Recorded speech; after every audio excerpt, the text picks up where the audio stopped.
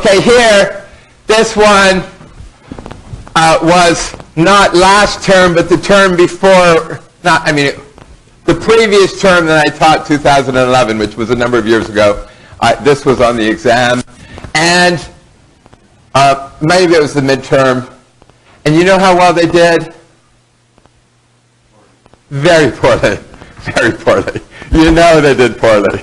So everything that I'm going to be, most of what I'm flashing up here is going to be in the question, right? So one thing about when I add more and more hints to a question, then people complain, well, it's a lot to read. And yeah, so it's, I give you more things I think might help, but then you're going to have to read it during the test, right? So anyway, I was worried that they didn't quite get the whole precondition, postcondition thing. So I defined everything in the test, right? But don't expect that to happen here, because here you guys all know the steps already, right? So anyway, I tell you what the precondition is, and I tell it, I tell you both in text and in picture, hoping that one of them will get through to you, right? Everybody good? What do we have here? We have a linked list that goes in a circle. They're ordered, and last is pointing at the biggest number, right? That's our picture. And what do we want our postcondition to be? Our postcondition will be everybody's kind of where they were before, but everybody's pointing to the previous. We're rotating the pointers, right? And we did actually, the exam for 2011 had a very similar question, right? Rotating the pointers. All right, so here, now we're saying, suppose that you've iterated twice, right? Now you have to think, what does an iteration do? Well, you have to think, what am I doing? There's various tasks I need to do. And if I've iterated twice, then chances are I've rotated two of the pointers, right? And which two have I rotated? Well, if I do them in order, I've kind of implied we've rotated the first two, right? And actually, back to your question about previous and next, you might see here we chose not to have a next. We just have a last. So here, how do you get to one? You have to go last, or you have to follow it. So here we're doing the other way of doing it, right? And sometimes, when you say, do you need two pointers? Well, I would answer, in order to solve the problem, you need two pointers, but you don't necessarily need 2 pointers in the loop invariant. The second pointer can be a temporary variable, right? So that's what we're going to do here, is in order to accomplish this, we will need temporary variables. Right? Everybody good? And you can see how everybody kind of buy that if we're going from here to here, this is all about what is my loop invariant, right? And yeah? Well, that's a very good question, right? So in fact, I bet you if I push the next button, that's what's going to happen. We're going to talk about that, right? So then you could, so this might be the obvious loop invariant, but then hopefully all the students notice, these two aren't referenced, and everything's going to disappear, right? So we add these extra guys in, right? And what do we got to think about what we call them. I don't know, did I even tell you? Hint at it. But anyway, this one's done, and this one's to do, right? And you can imagine how we're processing. In some ways, all we're doing is we're popping. In fact, if you take, I don't know if I thought about this until now, but if you take the code which pops the 3, because this is basically a stack, right? And this is basically a stack. So if you pop the 3 from this stack and you push the 3 onto this stack, we're done, right? Everybody good? So now it says, how do we get from one to the next, right? Here on the test, I'm reminding people of the steps, right? But you need to have these memorized, right? What is this saying? It's saying, I fly and from Mars, and I know that the loop invariant is true after t iterations, right? And I know that the exit condition is not true. And I know that I execute the code, right? So I'm going to write on my board here, what do I know, right? The first thing I'm going to write, remember, after I write this, the first thing I'm going to write is, well, let done.t sub t be the value of done after t iterations, right? And then done sub t, done t plus 1 will be the values after we come around again, right? And then we'll say, here we'll do it right here. Right? What do I know? This here is done sub t, right? This is the picture. This is, because the loop invariant is true at time t, this is the picture, right? And what do we want true?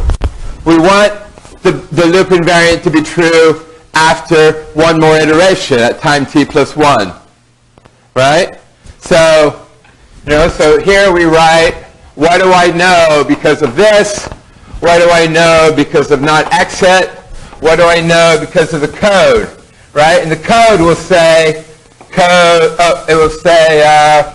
done with a small d dot sub t plus 1 equals some function of what's true at t, right? We're showing the relationships between the code. We don't want code to be I equals I plus 1, right? Because that's not math.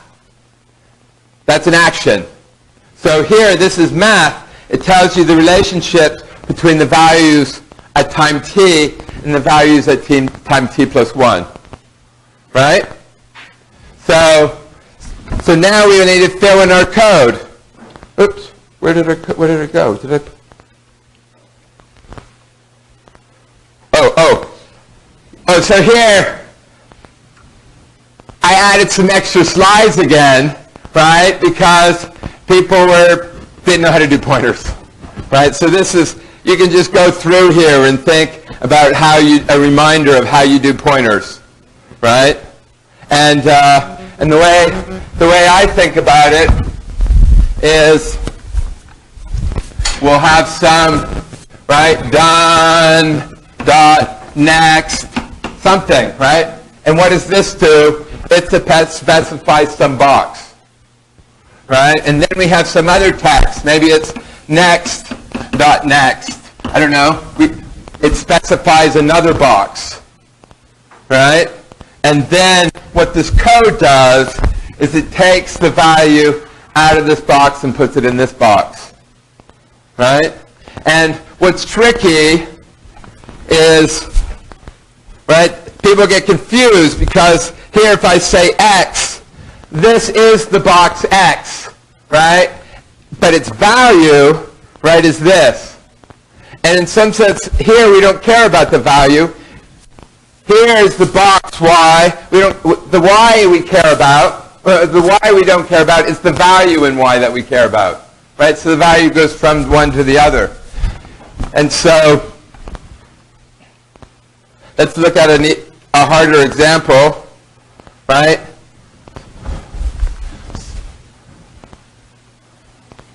Right, so here, head, this is the box head, right? And what is the value in the box head? That's head's pointing here, right? So this is the value in the box head.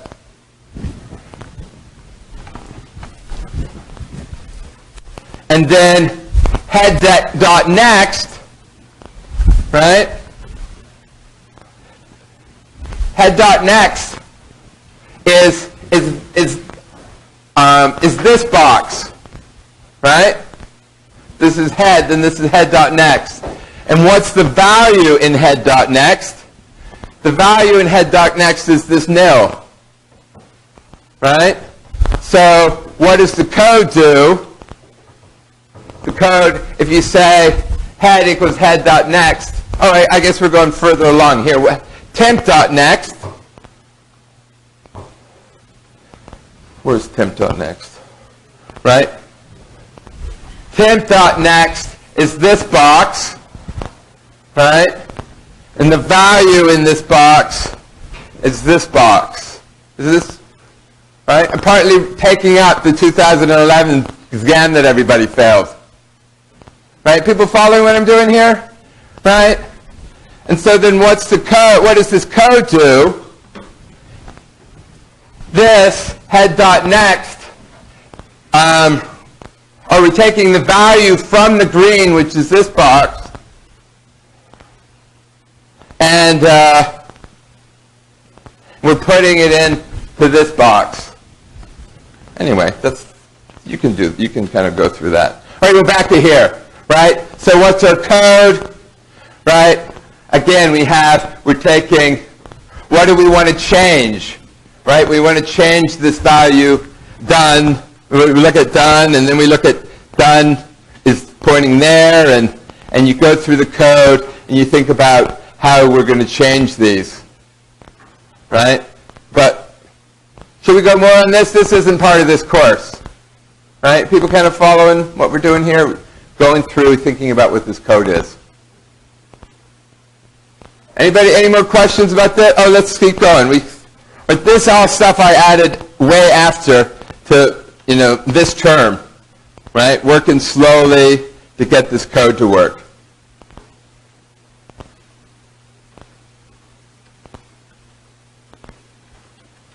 So you can follow code if you want.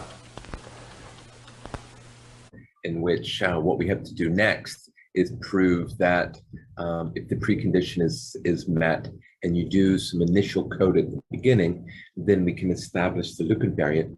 And we want to do that in a way that is being lazy. We want to do that with the minimal amount of work.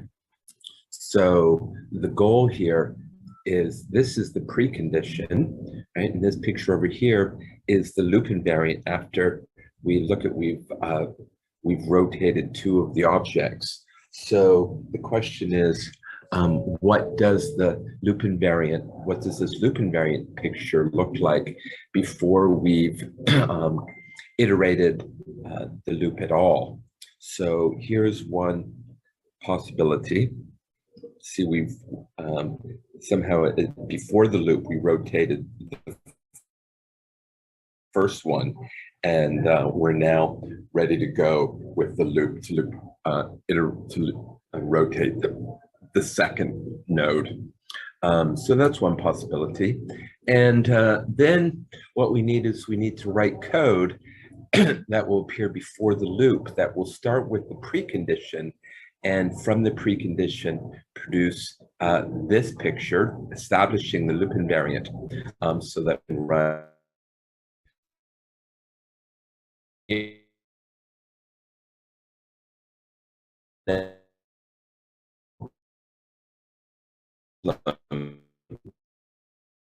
is that getting from A to F here is rotating nodes, really belongs not before the loop, but it belongs to the loop. The loop itself should be rotating this node.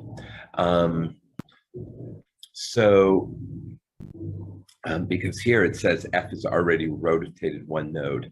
And so maybe we should get the iteration, the loop, have one more iteration of the loop to do that rotation. So let's roll back our loop one more step. And I like t equals 0 more than t equals 1 as kind of as our base case. Right here, we've already rotated one node. And what will it look like if we've rotated 0 nodes? So here, let's start again from the precondition. We want to form some picture that in which it's close to the precondition and the loop invariant is true. So here is the picture where we've rotated nothing, right? We've rotated none of the nodes, so it's very close to the precondition. Here we've rotated 2 of the nodes, and here we've rotated none of them, right? And in this picture, to do is pointing at the node that we want to rotate next. So here, what we want to rotate next is 1. So to do is pointing at it. Here, done is pointing at the nodes that have been done already, have already been rotated. And so the question is, in this picture, where should done point, right? So the one idea that various students have had is to point it here.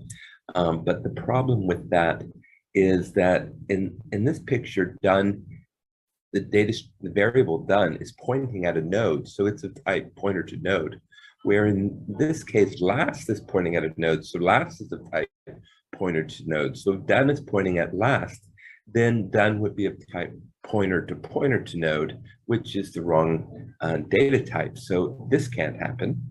As we've said, done is supposed to point at the done nodes, but there are no done nodes. So why don't we just have it kind of have the null pointer point to outer space or something? All right, so that seems reasonable. All right, so now as we said, we need the code to establish the loop invariant. If this is saying the loop invariant is done, then the code to get from this picture to the picture is really, we just have to set up to do to point at 1, which is done by this code here. All right, that's great. But the problem is our little guy up here is nervous because this loop doesn't, we're a little nervous about what done should be pointing at, right? Is the loop invariant really defined in this picture? And so I say, if this is what the picture is going to look like at the top of the loop, let's make sure, let's double check that it can, in fact, execute the first iteration. So what does the iteration do? Right here, it's at this stage, loop invariant it's rotated 2 of them, and it's come over to this picture. It rotates from here to here. It rotates the 3rd one to get this picture, right? So now to go from here to here, right, we're going to want to rotate node 1. And where should it take us then? It should take us to this picture, right? So we want the code to get us from this loop invariant 0 to this loop invariant 1. And let's see if the code does it.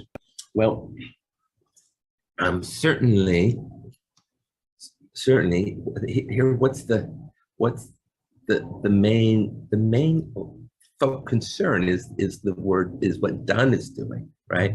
Here, this line of code, you'll see it takes to-do.next, which is the node 3 where we want to be rotating, and it points at where done's pointing. Where's done pointing? Pointing's at 2. So now this node 3 is coming over and pointing at, you see it's coming over and pointing at 2 as needed. But that code requires that done is pointing at the thing that we want 3 to point at, right? We want 3 to, here 3 is pointing at 4, we want 3 to point at 2, and done is pointing at 2. Done is pointing where we want 3 to point. So, but down here, done is not pointing where we want 1, right? What we're doing is flipping 1 around. We want 1 to point at 6. So, well, we need done pointing at 6. So that tells us that this code is going to fail. And in order to make it work, we have to change the loop invariant to be this picture. And, is there an argument for why done should be pointing at 6? Done hasn't, 6 hasn't been done, hasn't been rotated. But I guess the point is to do is the one to do, and done is one previous in the cycle, right? Here, right in here, done is the one to do, and to do is the one to do next, and done is one previous in the cycle. So you could argue here, right? To do is the one to do, and done is one previous in the cycle. So you can argue that this is a good it's a good picture. Maybe if it was called previous, right? That might have been a better name for it. And there you have it. So then we're back to needing to establish this loop invariant, right? If this is what the loop looks like at the beginning of our first iteration, then establishing the loop invariant, we have to go from the precondition. We do this code, which points done here, points to do here, and it points done there as we need it. Then we go on. And then how do you get the post-condition, right? So here's our loop invariant after 2 iterations. This is our post-condition. So we want to think about winding this forward, right? Run your code forward. And there are 2 things that we need to figure out. We need to figure out when do we stop, right? What's our exit condition? And we need to figure out, well, the code at the bottom of the loop. How do we get to the final picture? Right? Everybody good with that? Right? And sometimes it's hard to know when to stop. And quite frankly, when to stop in this one turned out to be harder than I first assumed it would be. All right? So I guess here is the picture when we stop. Everybody's been turned around. And to do is gone past the last one we did, and last is pointing at the last one we did. Right? Everybody can see that that's going forwards. But the hard part was how do we test this, right? So my first thing I tried was, well, let's test to see if last is pointing, if done is pointing at the same place last is, right? If we're done the last thing, then we're done, right? But does this work? No. Why not?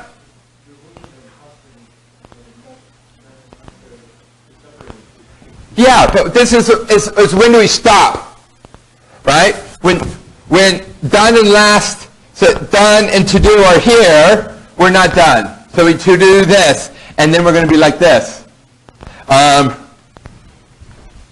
And now done is here and to do is here. I mean, if you follow the code, that's what would happen. So we would get into this picture. And so then I say, well, when are we how do we detect this? We detect this, well, when done comes up and points at the same place as last, yeah? Exactly, right? That's where we started, right? So maybe we could start by saying at the beginning, do we really need done pointing here? Maybe we didn't need done pointing there, right? So that's one possible solution. The other possible solution I was thinking is, right, this is saying it doesn't differentiate between the beginning, right? Another try is we can say if to-do.next equals last, here to-do.next equals last, right? So I thought that was good, and I had that in my slides for a while. And then some student wrote me and said that doesn't work either because there's some here because at this point, where is it? That's here. Let's see. We're moving along, and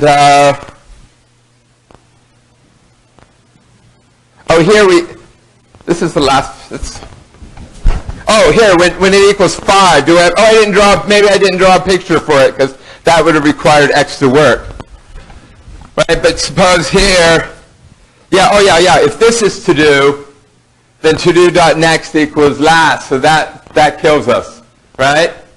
So it's a little trickier than I thought. And then I said to the student, hey, what happens if we do both, right? If we say an and here we're saying both of them. Right?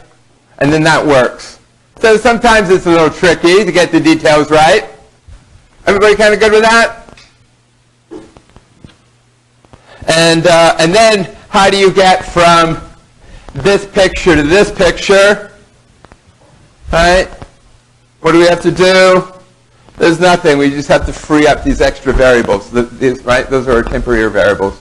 They go around and we're done. Does that make sense?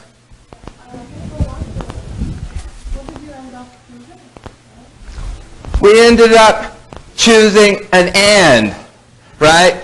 Saying that done equals last.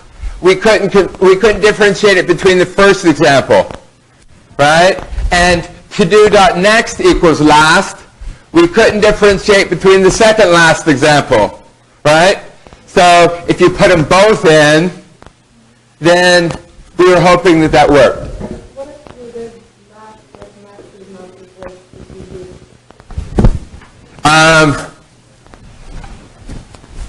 Last dot next doesn't equal to do. Is that what's happened in general?